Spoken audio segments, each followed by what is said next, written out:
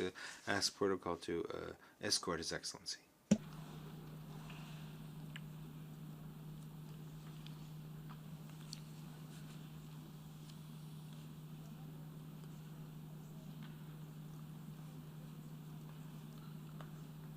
A continuación, next, the General Assembly will listen to a statement by His Excellency Guillermo Lasso Mendoza, Constitutional President of the Republic of Ecuador. I would like to ask protocol to escort His Excellency to the rostrum.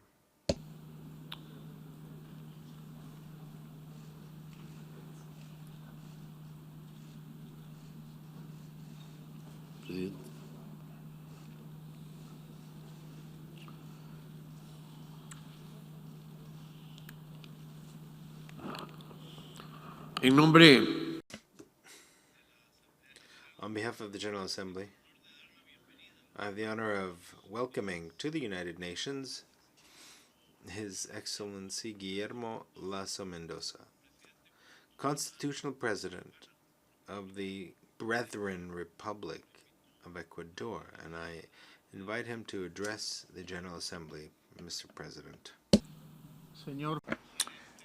Mr. President of the General Assembly of the United Nations, Mr. Secretary General of the United Nations Organization, heads of state and government, heads of missions, ladies and gentlemen. It is a distinct honor for me to take the floor for the first time in this General Assembly in my capacity of President of Ecuador. I am here fully aware of the expectations that a new government creates not only in the citizens who elected me, but also in the nations of the world that I am now addressing. And with reason. What Ecuador is now experiencing is much more than just the beginning of a new administration. We were elected on a promise of change and of the creation of opportunities, of restoring full democracy and joining the rest of the world. This is a markedly different vision from the one that governed us over the last 14 years. And during that entire time, I am sure that you were witnesses of statements from my predecessors as well as from other respectable Latin American leaders during which they complained of asymmetries and so-called empires. They even used this podium to launch personal diatribes against leaders of other countries. Although it is true that both Ecuador and our region alike have been suffering from historic challenges that we are yet to overcome, I am not here to launch into discourses of that ilk. Rather, whenever one addresses the world, the best is to ensure that our actions are what speak more than our words. I want you to get to know me, not through incendiary speeches, but through concrete results. And I want you to come away with a very clear idea of the citizen movement that is now being led by Ecuador towards a new era of understanding with the planet. As you all know, the United Nations, where we all are today, was born after a protracted period of conflict, and humanity realized that given our global problems, we needed global responses. And with each day, we all became somewhat more responsible for everything that was occurring in every corner of the world. The COVID-19 pandemic has made those ideas all the more relevant now, and we are now compelled to put them into action. For this reason, everyone in this distinguished assembly, I am pleased to report that Ecuador is today, less than 4 months after inaugurating a new government.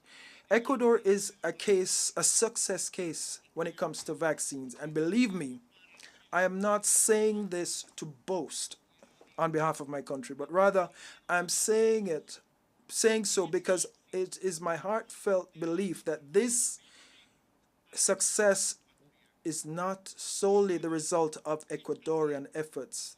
This success is also, and to a great degree, a credit to global diplomacy.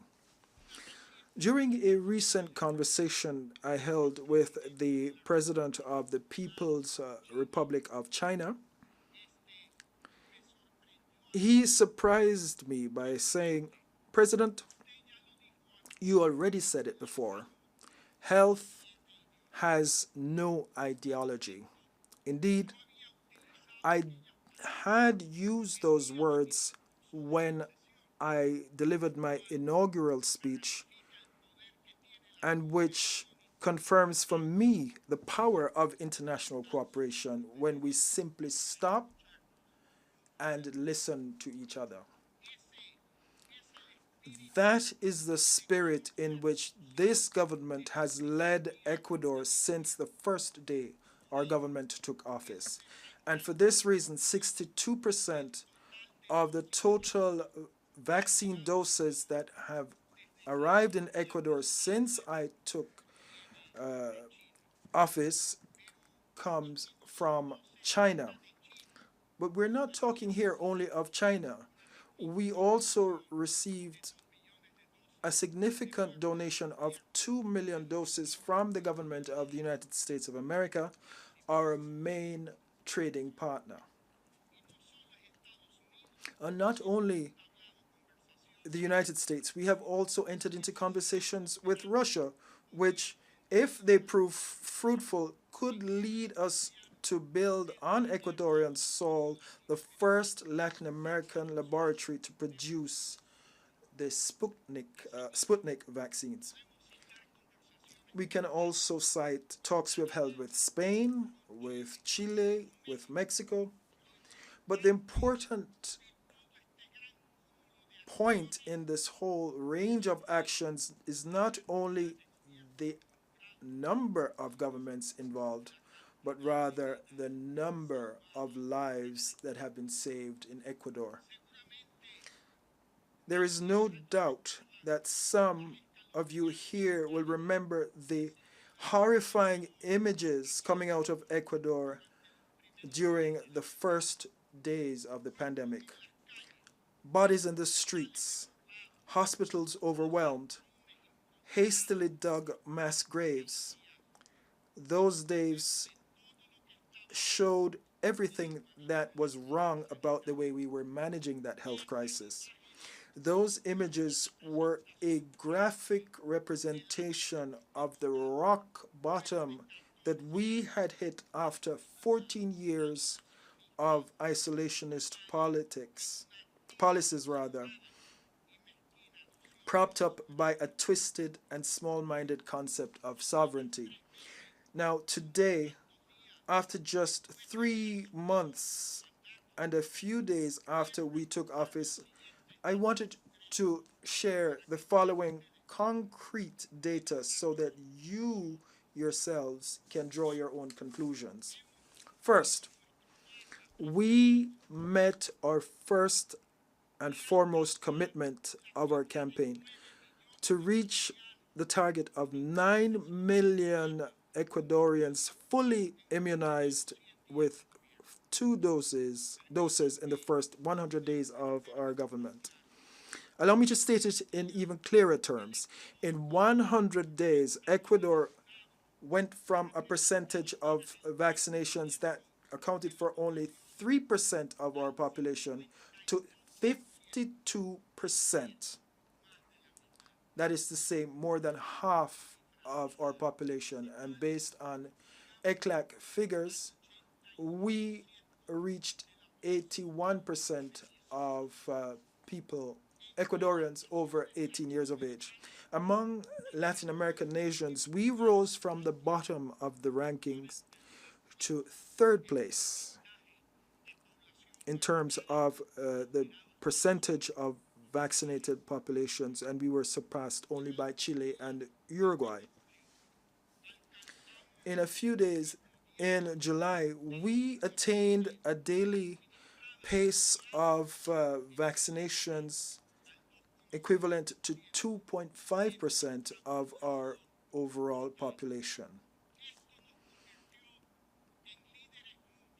This placed us among the global leaders in the pace of doses administered for every 100,000 inhabitants.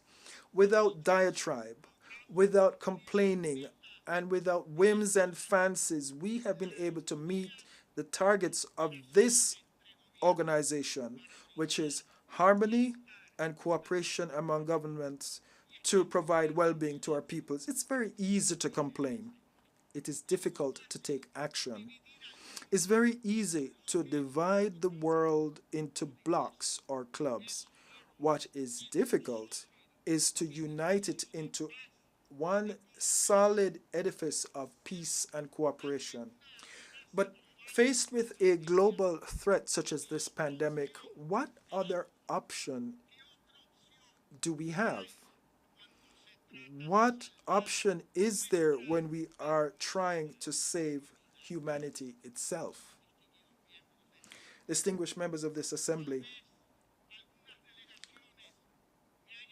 some delegations may have already heard me repeat the phrase more Ecuador in the world and more world in Ecuador.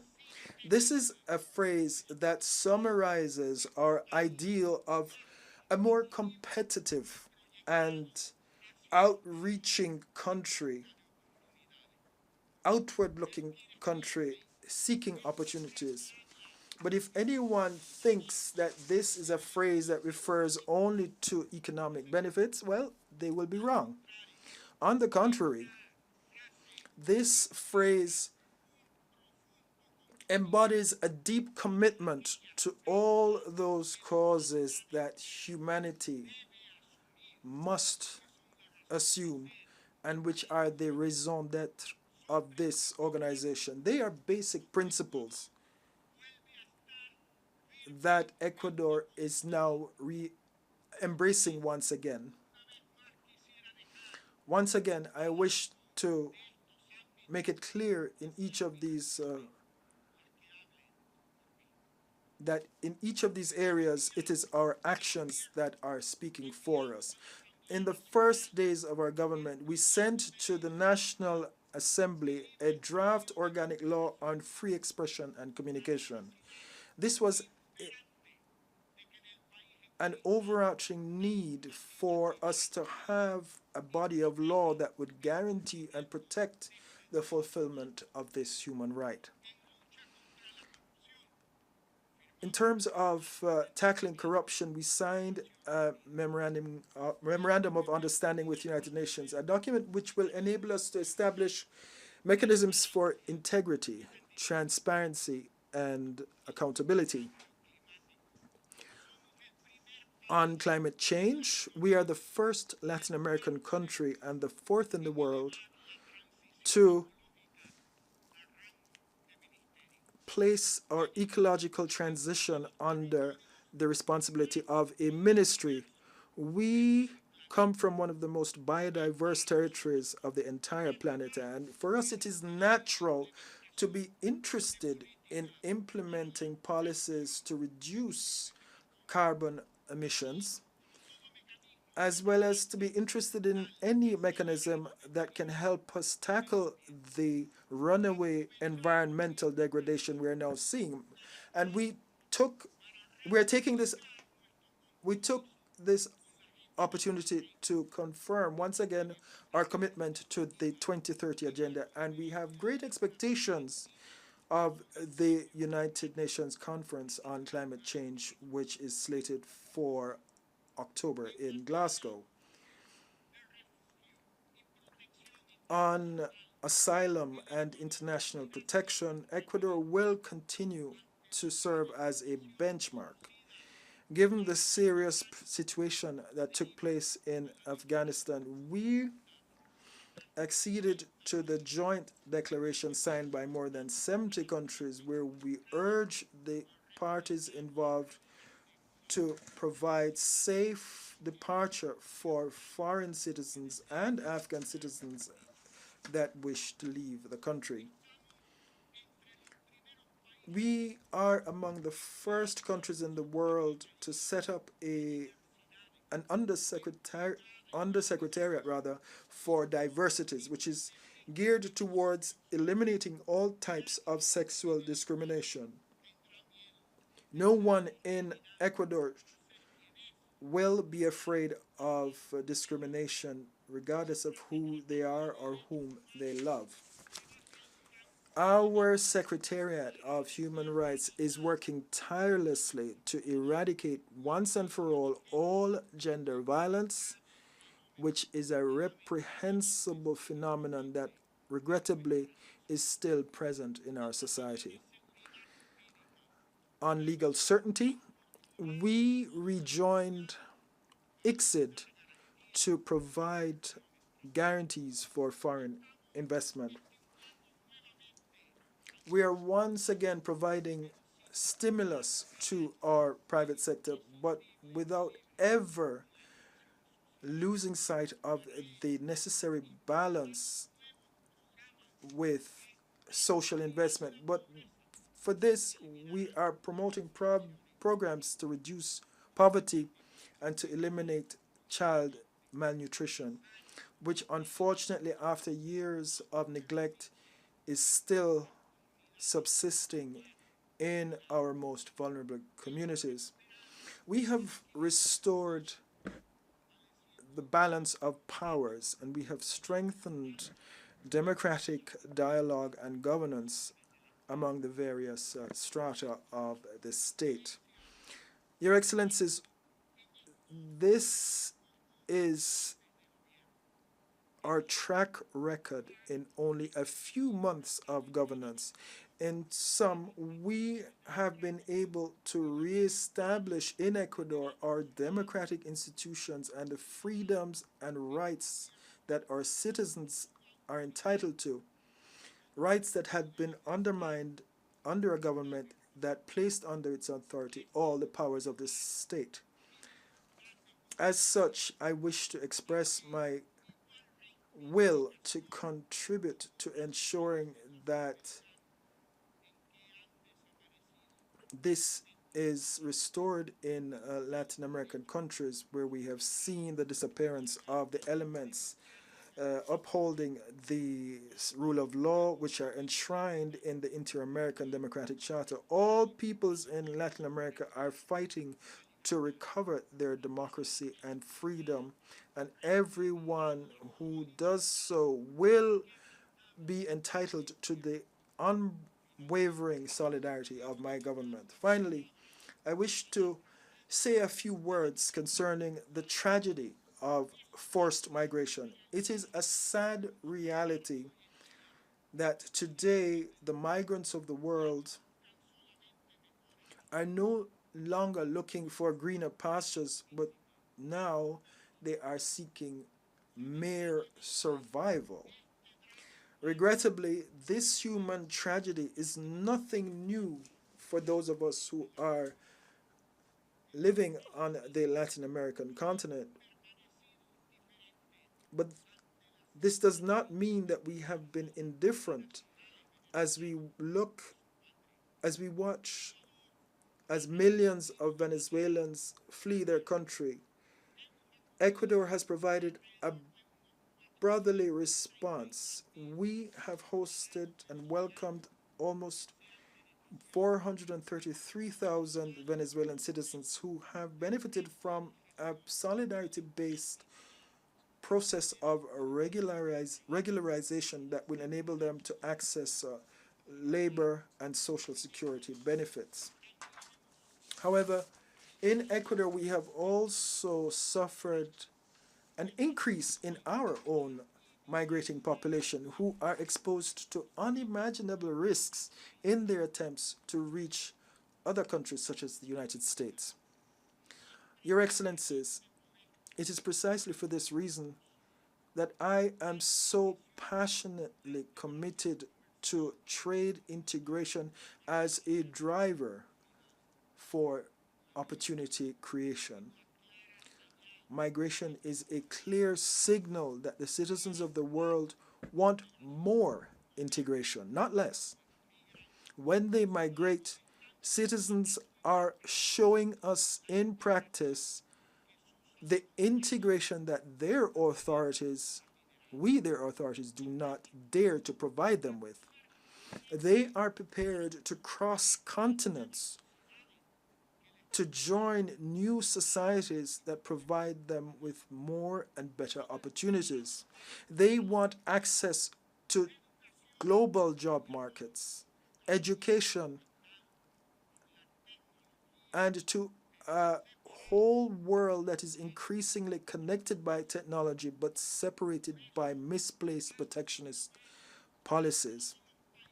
For this reason, I call on all countries that wish to deepen their trade relations with Ecuador, because one of the solutions to this problem lies precisely in bringing together the markets, bringing the markets closer to our citizens instead of forcing our citizens to migrate to those markets. Ladies and gentlemen, let us ensure that opportunities seek out our citizens and not have our citizens migrate in search of opportunities. It's better for us to be connected through free trade than through forced migration caused by practices that isolate us, lock us in, and only limited the spaces for shared prosperity. Sooner or later, our citizens will strive for their economic freedom.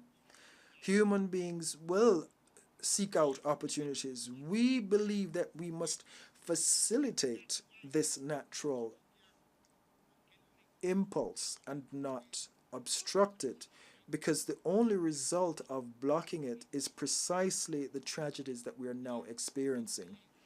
I believe, Your Excellencies, that what I am saying is mere plain common sense. However, let us ask the question, why are we not doing it and advocating global integration? In closing, I wish to close with the words I began with. I would like everything I've said to be a satisfactory response to the curiosity and expectations that my new government has created. But in addition to everything I have said, I must say a very simple word that transcends all cultural barriers.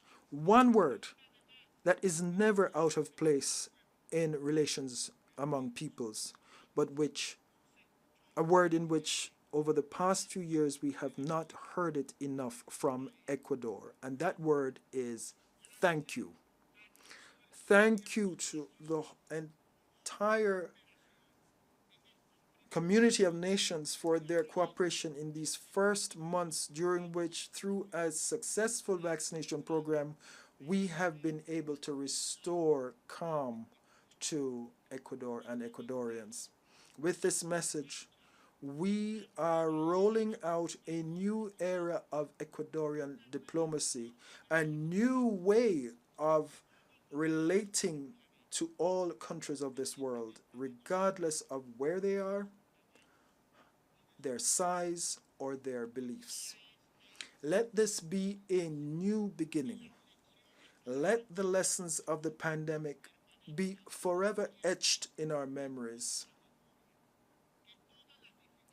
Let all the difficulties that we have overcome today lay the firm foundation we need for a new understanding among peoples. And in this recovery, in this great undertaking of a new global harmony, you can always count on the faithful friendship and abiding gratitude of the people of Ecuador. Many thanks to all of you, and may God bless humanity.